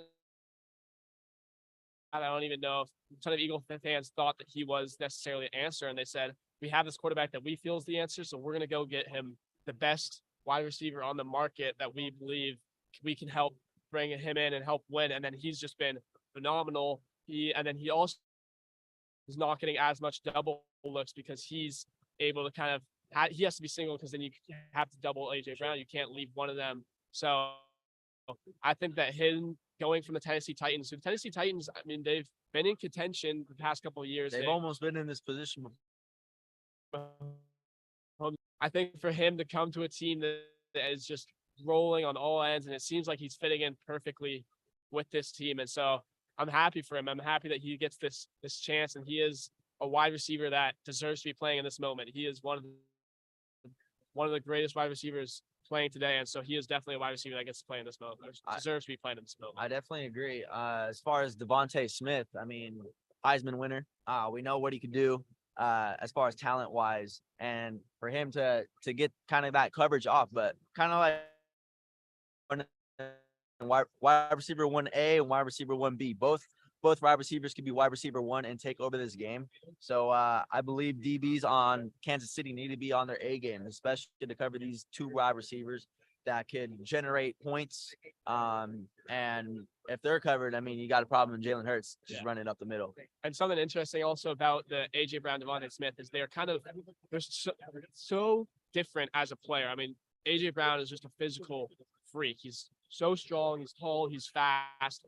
He is kind of like of that DK Metcalf build of just a physical freak. And Devontae Smith, he going into the league, he was a Heisman winner, but some draft experts didn't think he should be drafted super high because of how small he is. I know a lot of people are saying that he's too skinny for the league. He's going to get hurt in his first big hit. And so it's these two different players that are so different, but we're seeing that they both can be wide receivers ones on either week. It doesn't really matter. They're playing in the same offense. It's not like the offense has to be tailored to their play style. They're just two really good receivers. And I know that they're also learning from each other a lot. That's just for Devontae Smith. As AJ Brown is not necessarily, I'd say, a seasoned vet in the league. He's not that old, but he's picked up some stuff. I'm sure he knows some stuff that he's teaching Devontae Smith. So it's going to be great to see those two out there. I know that the Chiefs DBs are probably stressing a little bit about their matchup they got going on. And then, I mean, we can't forget about Dallas Goedert too. Dallas Goedert having an amazing year. He's kind of the slept on one of the three, but him being the slept on one makes him so dangerous because he's the one that on a 3rd and 8, when you think, oh, Devontae Smith's locked up, oh, AJ Brown's locked up, shoot, I might have to throw this away. And then there's Dallas Goedert 15 yards down the field. They open the field. And so there's a lot of talk about, obviously, Travis Kelce is potentially probably the greatest tight end playing today. And he has insane playoff numbers, but there's another tight end in this game that is going to do really big things. And so I think Dallas Goedert should be talked about a lot more leading up into the Super Bowl. I just want to go back to that narrative of when you said Devontae Smith coming into the NFL was saying too small and too skinny. I think players like that are slowly starting to prove themselves and prove that narrative, that stereotype is just false. You know, you got Kyler Murray, you got Devontae Smith, you have Tyreek Hill. I could go back as far as Darren Sproles. You know, short players, small players, light players, all have an effect in the game. You know, when it comes down to it, if you could fit in the scheme, if you could play, you could perform at a high level. I think each player could have an effect in their team. And it always baffles me to see NFL analysts when they say, oh, he's too small to this. And they kind of want to gravitate towards the 6'5", which don't get me wrong. I understand why. But hey, people like Devontae Smith, who are now in the Super Bowl and who are now legitimate players and elite players, are now getting the recognition they truly deserve, you know? Yeah, and I think what it started to be, I think part of it a little bit is because how they're kind of enforcing a little bit more player safety. And so they are trying to make sure that players that may be too small or that may be characterized as too small are able to be playing at a high level and not have the fear of injuries. But I also just think that when, you know, it's just talent over size. Talent is such a huge thing here. And would you like to introduce yourself? What's going on, Shane? Caden Kubler here to talk some football at the Super Bowl. We're going to be interviewing Patrick Willis here in a minute. Super stoked on that. How are we pulling that up on here? We're going to. So yeah, as we just said, we're going to be having Patrick Willis on in a minute, and we're really excited about that. Willis is going to be talking about the NFL Health and Wellness Expo that we got going on at the English building on the ASU's Tempe campus. And so we're really excited to have Patrick Willis on. Patrick Willis has been in these bright lights before, playing in the Super Bowl. And so we're excited for him to be on. We're going to see him on here. And so, yeah, I know Willis is going to come on in a sec, but do you have a Super Bowl prediction this Super Bowl, or not necessarily have to give me a correct score, but who do you think is going to win, or maybe even just how do you see the game going? Well, I'm super excited for the Super Bowl for a few reasons. Obviously, you got Patrick Mahomes. He's a wild card. He can do a lot of things with the football. I mean, he's mobile. He can get outside of the pocket, and he can make plays with his legs. And then obviously on the other side of the ball, the Eagles. They love to play physical in the trenches on the offensive side of the ball and the defensive side of the ball. I think this is going to be a very good game. And I think the Eagles are going to jump out to an early lead. When you look at Patrick Mahomes, he's one of the best quarterbacks when he's facing a deficit. And he just has that X factor about him. He can come back. We feel like he's never out of the game. So I'm going to go ahead and I'm going to take the Chiefs, and I'm going to take Patrick Mahomes to be the Super Bowl MVP. The question that I was asking Richard earlier is, what color do you think the Gatorade is going to be? That's a question that a lot of people are curious about, wanting to make some money with that one. But I think that they might just go with, I kind of like a light blue. I don't know why. Maybe I'm looking around right here and I see a lot of light blue lights all around the place, but I kind of like the light blue just because it's a neutral color. No team has light blue in their Gatorade. I don't think you necessarily can have the color of a team because that might seem a little bit like they were favoring it or they thought this team was going to win. So I like a light blue. How about you? What do you think? Somebody's gonna have to get me those odds on what the red is because I feel like it's gonna be red. I don't know why. Basic, but just we're going all Chiefs here. We're going Patty, Chiefs, and the red Gatorade. But I'm excited to see how this is gonna go. Give me your X factor in this game. One guy that you look at and you're like, I think he's going to be the biggest playmaker and he's going to make the biggest difference in this game. Yeah, and I'm not going to go with the cliche answers of Jalen Hurts or Patrick Mahomes because those are the players that obviously have to play the best for their teams to win. But I was just talking about Dallas Goedert. I think he might be the biggest X factor in this game. I think there's a lot of talk going on about Travis Kelce, how good Travis Kelce is, how he's far and away the best tight end in the league. And then there's a lot of talk going on about AJ Brown, and Devontae Smith, two elite wide receivers on this Eagles team. But Dallas Goedert had an amazing year. He's going to kind of be the slept on one, and he might even be slept on by the defense and get those huge plays. I think Goedert, if I was a betting man, Goedert would be the person that I'd bet on to score a touchdown in the game. I think that that's a lock, and I think that he's just going to have a phenomenal game and kind of remind people how good he is. I think people have kind of forgotten how good Dallas Goedert is, but he is a top 3 to 5 tight end in the league. And so I think that he's going to be the X factor. How about you? Who do you think is going to be the X factor in this game? You know, I'm going to go over to the Chiefs here. And I think that you look at this Eagles pass rush, they have so many guys, Hassan Reddick, Brandon Graham, Fletcher Cox. They have so many guys who are going to get after Patrick Mahomes.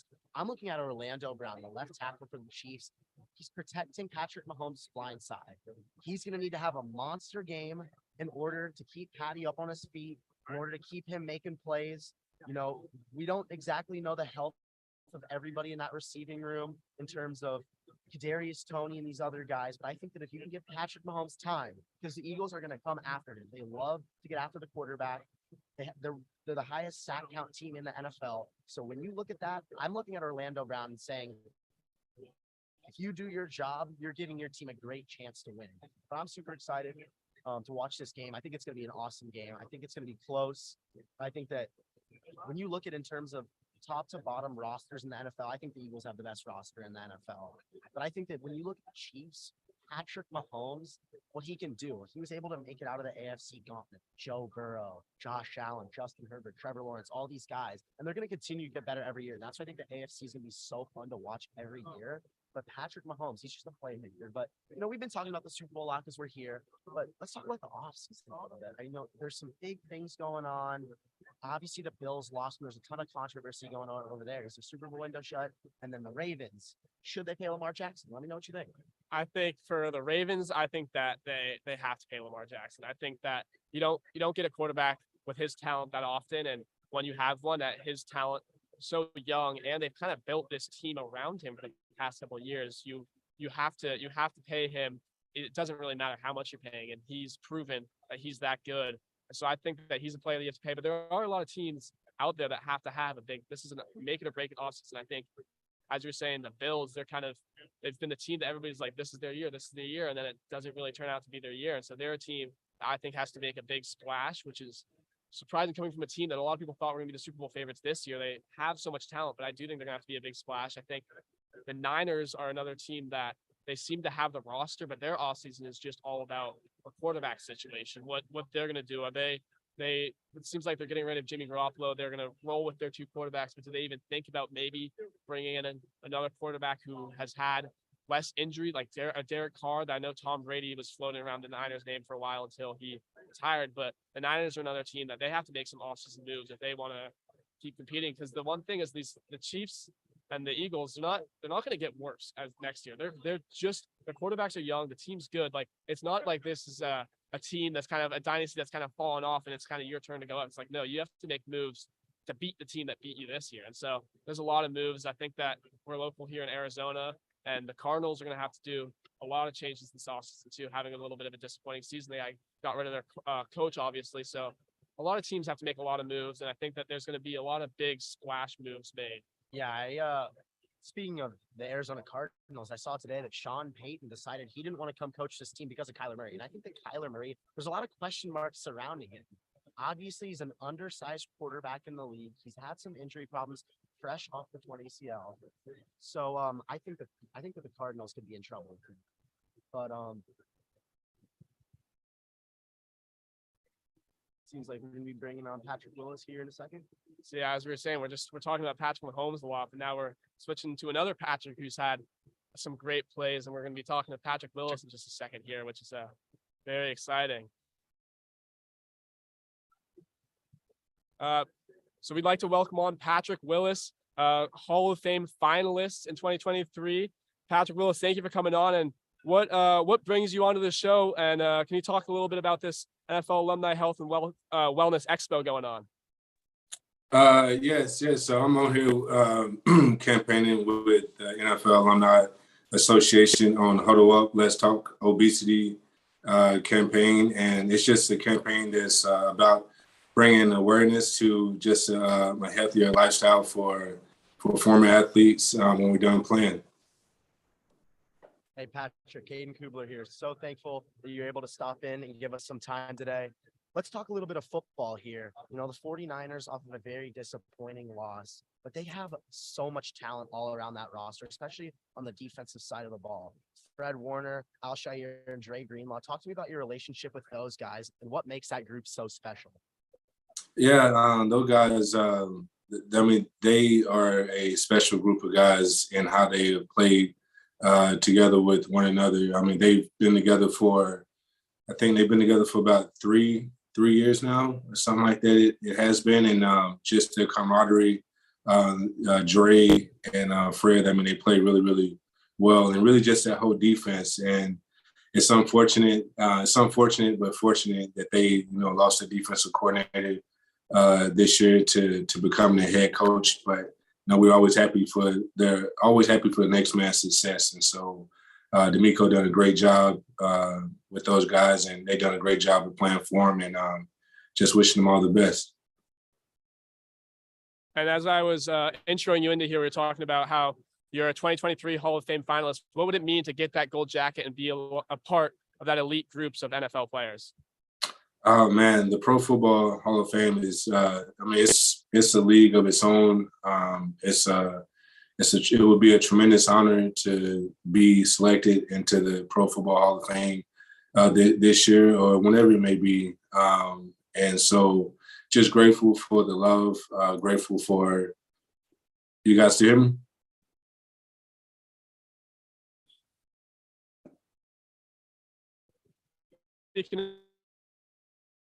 The NFL Alumni and Wellness, what kind of got you involved in this, and why is health and wellness so important and a topic that should be talked about in the NFL?